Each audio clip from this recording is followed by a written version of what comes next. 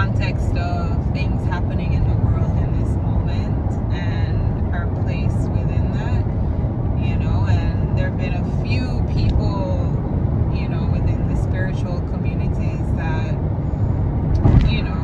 I've had conversations with regarding, the importance that I feel around being vocal in our support of liberation, being vocal in our support of an ending of oppressive systems globally, right? So I've had a few different conversations with a few different people within spiritual communities, and one of the things that seems to be like a common theme is this idea of, we're all working towards that same goal in different ways, right? We are doing that inner work and, raising our individual vibrations so that adds to the collective vibration being raised, right? Which, yes, that's an important part of our process of evolution as a collective. Definitely that's something that's important, right? But I think one of the things that's missed, because when we talk about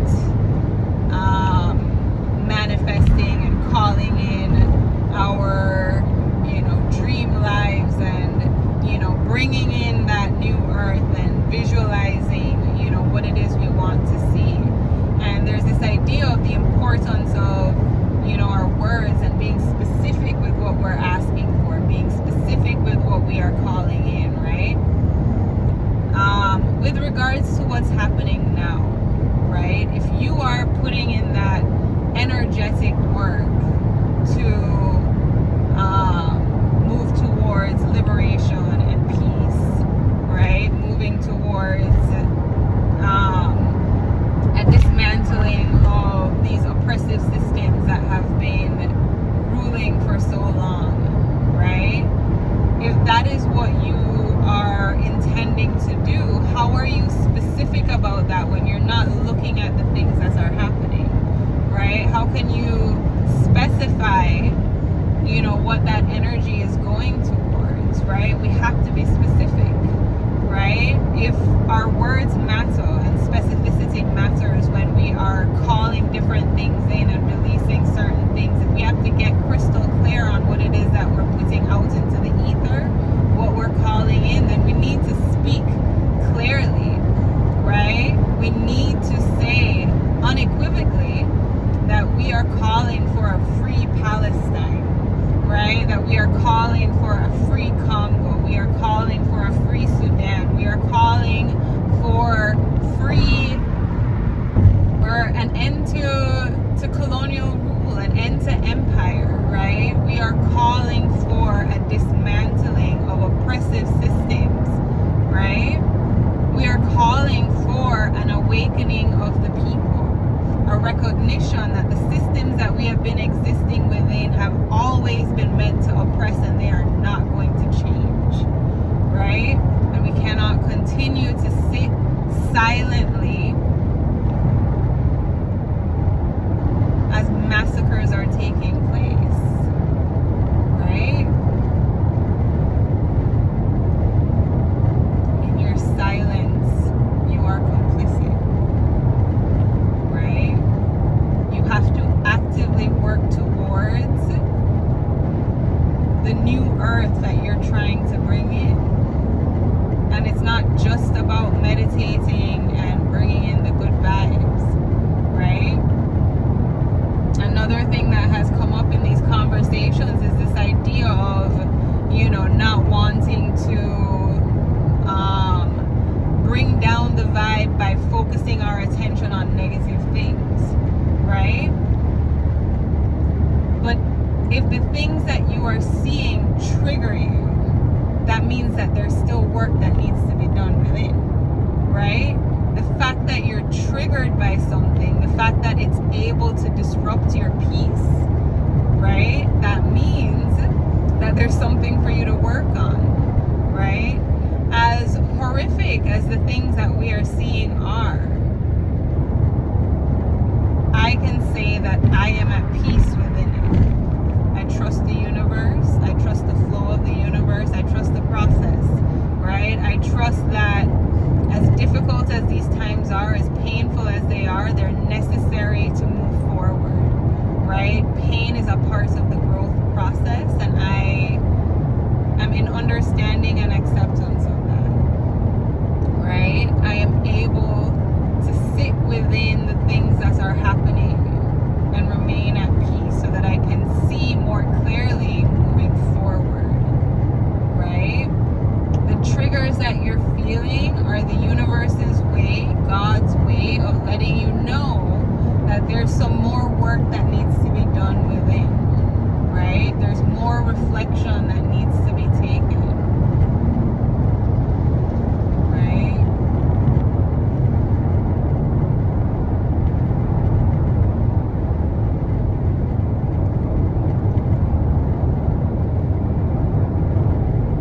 This idea of, not wanting to focus on the negativity because, it's low vibrational and it brings down the frequency.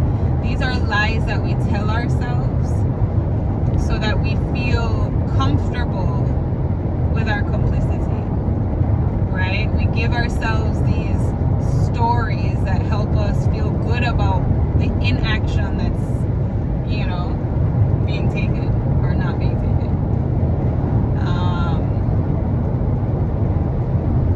So really sit with yourself, and if it's difficult for you to listen to the truths of the things that are happening, explore why. Why is it difficult? And a big part of it is going to be that we are accountable within it, and nobody wants to hold themselves accountable. No one wants to see themselves as having contributed to something so horrendous. And that's understandable. There's nothing wrong with that. There's no shame in that whatsoever, right? But allow yourself to look at it. Allow yourself to witness what is going on within, right? We're not going to grow as a collective if you're not able to really sit with yourself. I don't care how deep you think you've gone, right? I don't care how dark, how much darkness you feel you faced. There's more, right? Allow yourself to sit with that, to look at that, and to hold yourself accountable within it, right?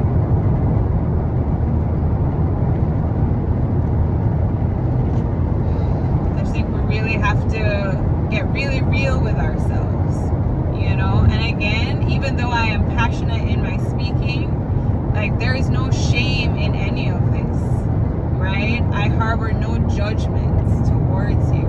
I am simply expressing observations that I have made, right?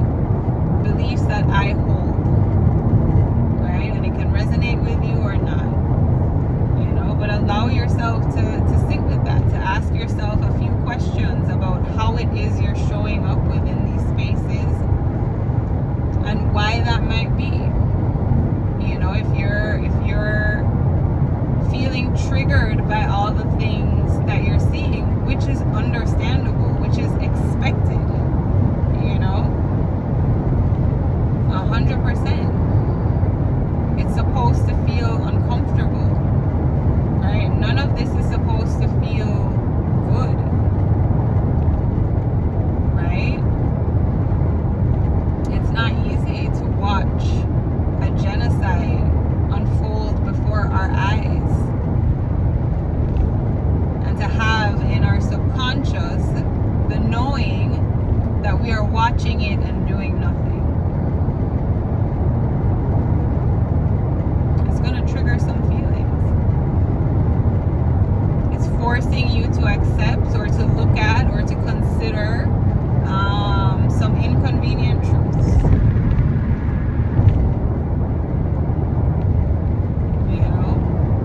Inconvenient truths that might push us outside of our comfort zone, because when we do hold ourselves accountable within those truths, if we're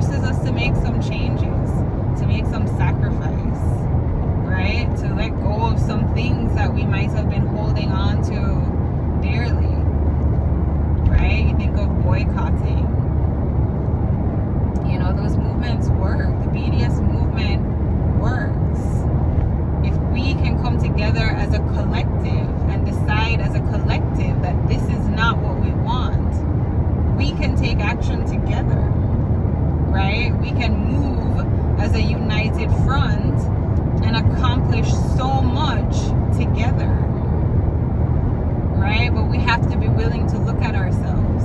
We have to be willing to sit with the side that we don't agree with and to face the triggers that are coming up. And I know that this is something that's going to take time. I'm not saying it as something that I think is going to happen tomorrow, right? But if you are someone within healing spaces, within mental health spaces, like, these are conversations that we need to be having. How can we heal as a collective moving forward? How can we face the shadows within ourselves? How can we take a look at ourselves and accept how we are contributing to all the things that are happening?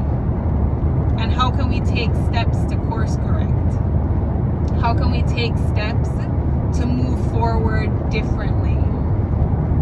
What are the things that we can do, right? We need to come together as a community, right? As healers, as mental health workers, light workers, whatever it is you consider yourself, anyone within healing spaces.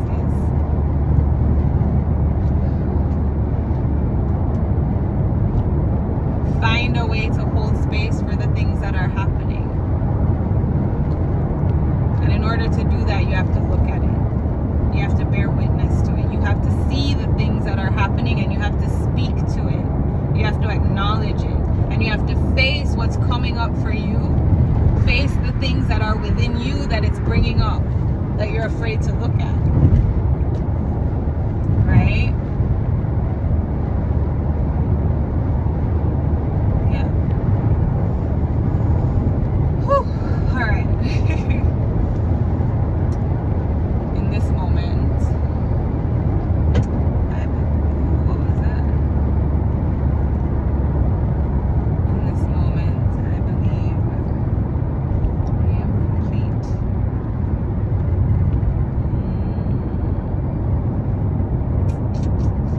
Yeah. And again, as you know, passionate as the words might have been expressed, it is not in anger, right? It's not in judgment. You know, definitely there's a feeling of urgency. You know, there are things that we need to, you know, kind of start moving on. But I express this with love, right? With an unconditional love.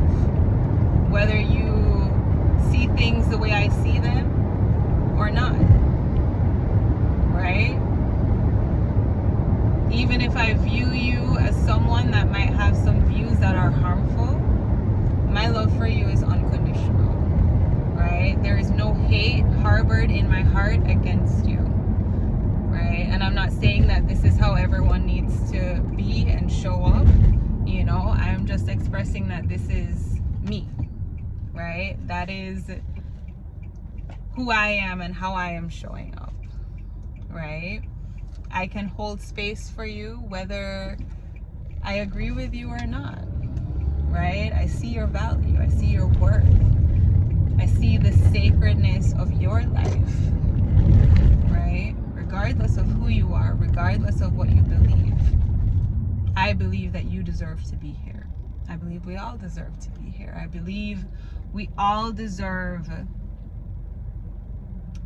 to experience a life of peace, to experience love, to experience liberation, right? I believe as human beings that is our right. I don't believe that that means that we are barred from accountability. You know, I think, you know, as part of this human experience, we're learning, right? This is a learning process.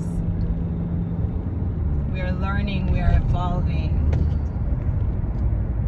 right? As long as we're allowing ourselves to evolve and grow.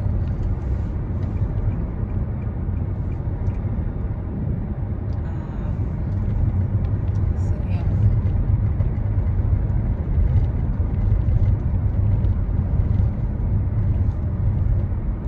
I don't remember where I was going with that. But this is all in love, right? And you might receive it that way or not. You know, I have no control over that. I have no control over how you perceive me, and I'm not gonna worry myself with that, you know.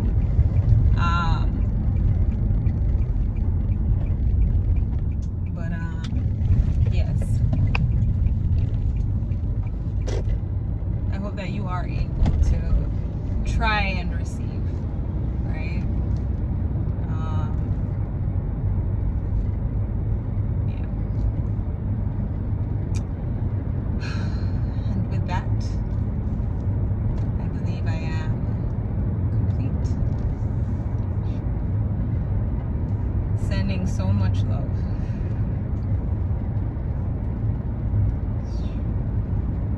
So much light. Calling in the energy of peace, of love, of liberation for all beings in all places.